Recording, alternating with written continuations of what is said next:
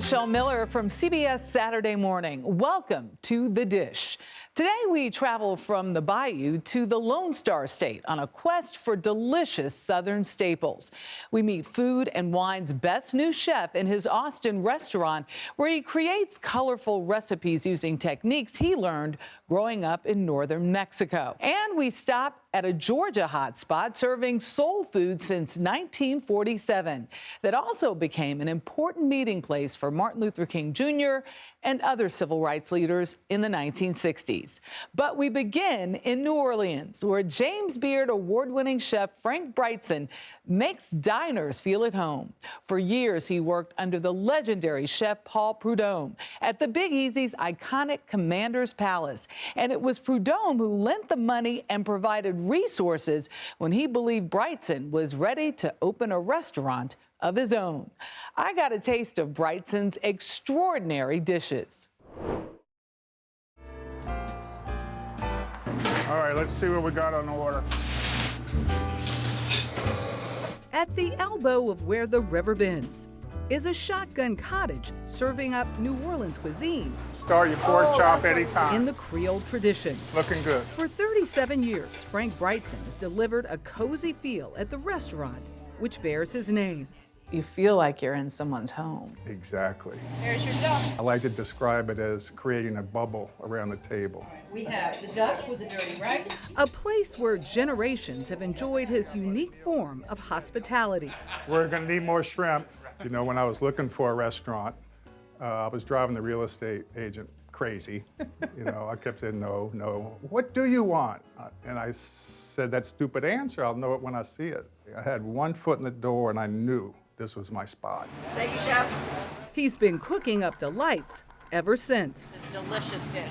which for most of his life have sustained him and his clientele. So here we have our shrimp remoulade, and this is served with guacamole. Yes. And deviled eggs. Can I please just Please try just that. go It's a dive lovely right in? combination. The remoulade sauce is very vibrant and sharp flavors, and so the creaminess of the avocado and the richness of the deviled egg balance that out. You would think they compete, but it totally doesn't. Oh my gosh, it's so good. Also on the table, one of Brightson's most popular dishes, classic filet gumbo made with andouille sausage and chicken, broiled striped bass served with a crab crust and a lemon crab sauce. You broil this on This here? is cooked directly under the broiler. May I? Yes, please. Get that crispy corner, yeah. Oh, I love this duck.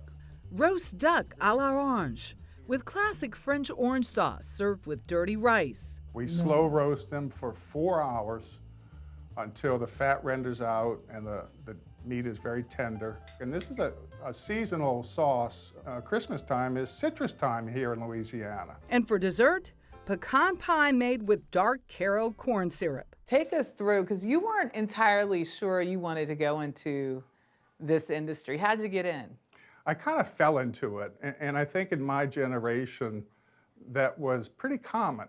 I didn't even know there were culinary schools. Whether at his first job at Blimpie's Here comes the gravy. or cooking on the line in a fast casual Italian kitchen, Brightson always left an impression. LSU football Saturdays are the biggest days. So one game day, I was very busy, but I did 700 covers by myself. 700? 700. That earned him a promotion and the confidence after graduation to answer a newspaper one ad for one of the city's most iconic spots. So there was like 30 people in the patio at Commander's Palace waiting to get interviewed, and the executive chef was Chef Paul Prudhomme.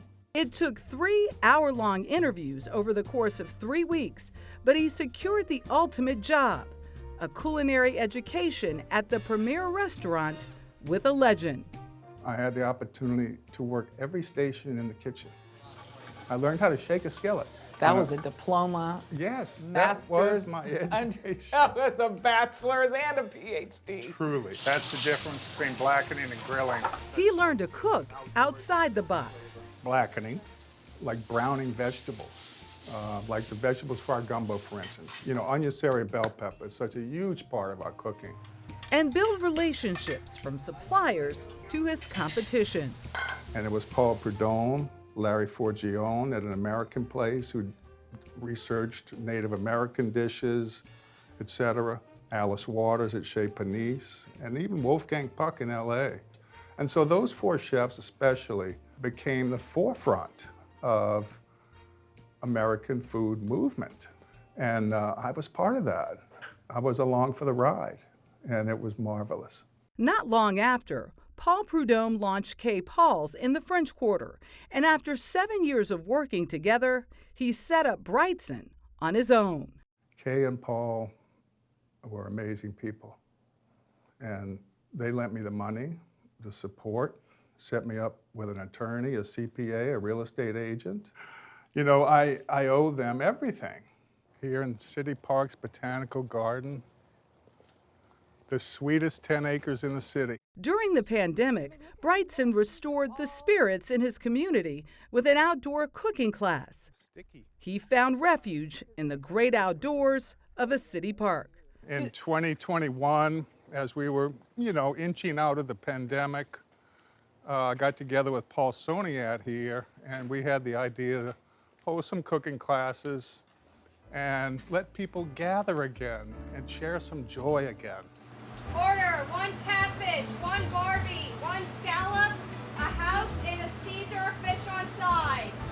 It's all part of a grand continuum, the passing of a torch to ensure that future generations understand the significance of what New Orleans cuisine means, beyond just the enjoyment and taste on the tongue. What do you want to leave this next generation with? What lessons do you want to pass on? I am so fortunate to be able to do now what Paul did for me. And my mission is to give these people a chance. Everybody needs a chance. So I have the power in my little kitchen to give these young people an opportunity to learn and become who they want to be. And that's my joy. Up next, a celebrated chef on a mission to change minds about what Mexican food can be. Fermin Nunez is the chef behind 3 of Austin's hottest restaurants. He discovered his passion for cooking while working in his university cafeteria, where he quickly realized he preferred kitchens to college. Nancy Chin took a trip to 2 of Nunez's restaurants, Suerte and Este, which has been hailed as the best new restaurant in the country for 2024, to learn more about his culinary journey. We buy things, we chop them into little things, and we charge them more than what we paid for it. Restaurant 101, you heard it here first. Fermin Nunez has the formula down pat at his celebrated premier restaurant, Suerte. We're gonna go 72, all this. Oh, amazing. Fresh, local ingredients, cooked using techniques from his childhood in northern Mexico. We're gonna take this beautiful food to 2A, please. Every tortilla that you have at Suerte with your meal comes from the masa that was ground this morning, not refrigerated, cooked to order. Nunez calls this the backbone to Suerte. Masa, or dough made from dried corn. A team is dedicated to pressing up to 3,000 tortillas from it each day. A team with a fast, yet turns out delicate approach. Gotta put some muscle to it. Okay. That might be, let's see how it is. Oh no, did I do it too much? Yeah, I think that might be a little too much. Oh no! Oh no! I put too much muscle. We gotta get it like that. They don't look anything alike. The chef takes pride in introducing diners to a different version of Mexican flavors. We have big-eyed tuna. And says the cuisine itself has often been overlooked. It's the beautiful thing about Mexican cooking that it's one of the few cuisines that teaches you how to burn things on purpose. The most true in regards to Mexican cooking is that what is true is only what the last person told you. He tells us first about his dip of chilies, garlic, and lentils, compacted into a paste and refried, before adding olive oil and Oaxacan crema, a substantial substitute for a familiar favorite. When people visit Suerte, what do you want them to walk away with? I want them to have a different idea or perception of what Mexican food can be. When we opened, we didn't have guacamole. We never really had chips and salsa on the menu, right? And when people said, oh, I'm going to a Mexican restaurant, Yeah. without even looking at the menu, they'd be like, I'll have the chips and Yeah, salsa. yeah. And I've always had the mentality, if you're going to say no at a restaurant, you have to follow it by yes. That's hospitality to me. Also part of Nunez's hospitality, a brightly colored tostada, oak grilled sweet potatoes, You got to start with tortilla. and a flavorful barbacoa of smoked goat with salsa cruda and roja. It is smoky. But few dishes have been with a 35-year-old as long as this. Carnitas topped with mole negro, a complex and classic sauce slowly prepared over 3 days. Mexican food to me is all about sauce work, because we have this thing that is like so precious as chilies and burning tortillas, burning onions, and then stewing it, and then adding chocolate in the last time. Like, you can't recreate that with French cooking at all, right? A mix Nunez has been working and reworking for close to a decade. Its deep flavors of nuttiness, heat, and sweetness, dependent more on moods than measurements. It's one of those things that we have guidelines more than a recipe, because it's like all about feel.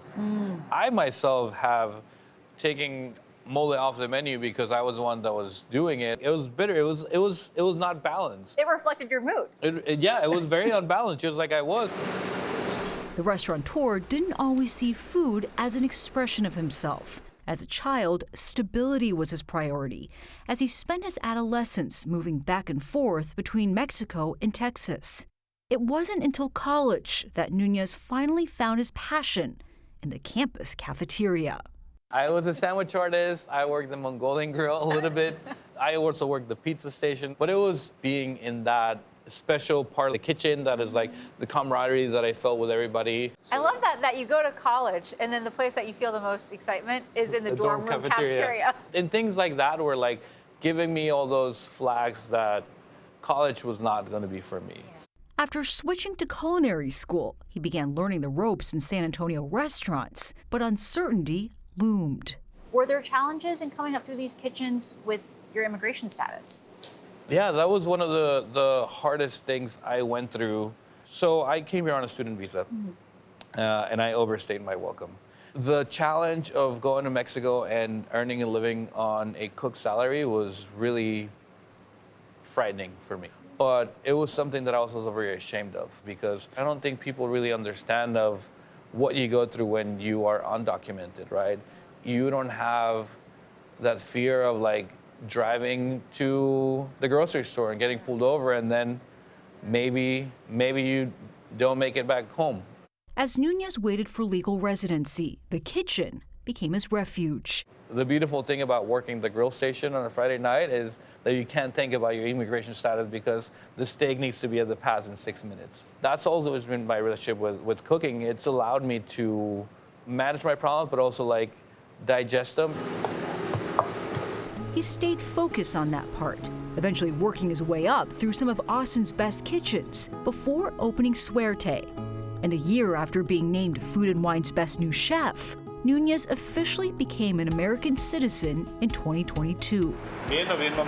He followed up Suerte's success by starting another restaurant, Este, focused on coastal Mexican cuisine.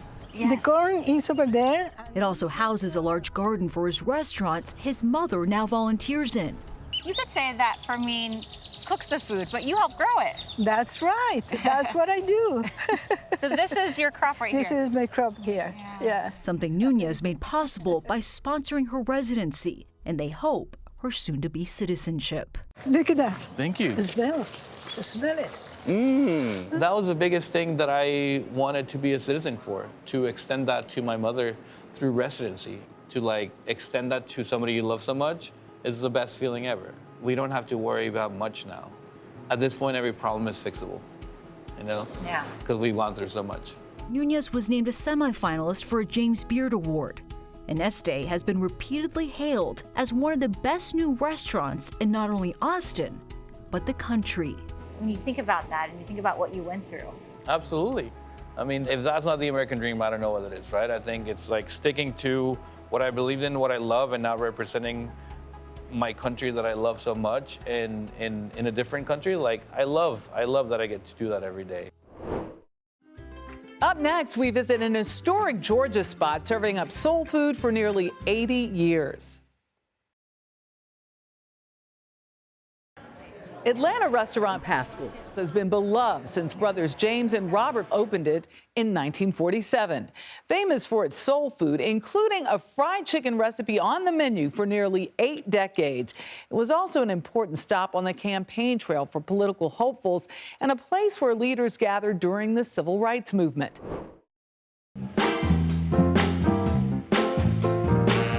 Soulful flavors of the South fill the plates here in Pascals, This season fried, this season good. a staple in Atlanta's food scene. Here you go, sweetie. And here you go, my love. The most popular item on the menu, the fried chicken. And you can't forget about the sides, yams, mac and cheese, and potato salad. But look around and you'll see history on the walls. 77 years and counting. I just remember as a child always going to Pascals. This space is amazing. Thank it's you. huge. Yes. I love it.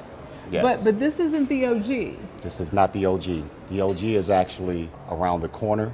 Kenny Coulter is the general manager, the extension of a legacy that began with 2 brothers, James and Robert Pascal, in 1947. What was it about these 2 brothers? Well, first of all, they were successful. And for 2 Black successful brothers to dedicate their successes to freedom, it's just a story within itself. In the 1960s, they made it a haven for the civil rights movement, and their restaurant became a meeting place. If it was 62, 63, we were planning with Martin Luther King to go to Birmingham. 65, we were meeting to plan about Selma. All that happened over Pascal's Fried Chicken. Former United Nations Ambassador Andrew Young remembers those early days when Pascal's was a mainstay for Dr. Martin Luther King Jr., John Lewis, and the Freedom Riders. You call a meeting of preachers, and they'd show up here, and they love chicken. It wasn't that expensive. It was also a pivotal stop on the campaign trail for many political hopefuls. In '70, I was coming into Pascal's, and who did I bump into but Jimmy Carter? Really? And he was running for governor. And he came to Pascal. He had to come to Pascal's. If he wanted to win the race, he had to come to Pascal's. But he did something that I admired him for. He spoke to me, but he said, just a minute, I'll see you when I get back. Because he went to the kitchen first. Wow. See? And he went to speak to everybody in the kitchen. And that's the heartbeat of Pascal's, where savory fried green tomatoes, creamy mashed potatoes with gravy, and perfectly fried shrimp are plated. This is 52. Today, the restaurant is moving its legacy forward while keeping the food as its main attraction, is head chef. The 1947 is one of the staples here. That's this chicken right here. Yes, ma'am. That is that secret recipe that the 2 brothers have been doing since 1947. That chicken, as you can see, cutting through it, is very juicy, it's moist, it's enriched with flavors. Would you like some of this chicken? You like the breast meat? Let me tell you something. I've been coming here at least once a week. I don't know where else to go to get chicken. This table, representing 5 nations across the globe, wanted the American experience. So how does it rate? Really good. First time I've ever had meatloaf in my life. And it's Never had meatloaf? Ever. We actually looked on Google and it said this is one of the best soul food places. Something Young already knows. I like their food. You never get tired of it? Oh, what is there to get tired of? But that peach cobbler will put a hurting on you. I'm gonna taste it. Oh my God. For more stories like these and live coverage of breaking news, stream us right here on CBS News 24/7. I'm Michelle Miller. We'll see you next time for another helping of The Dish.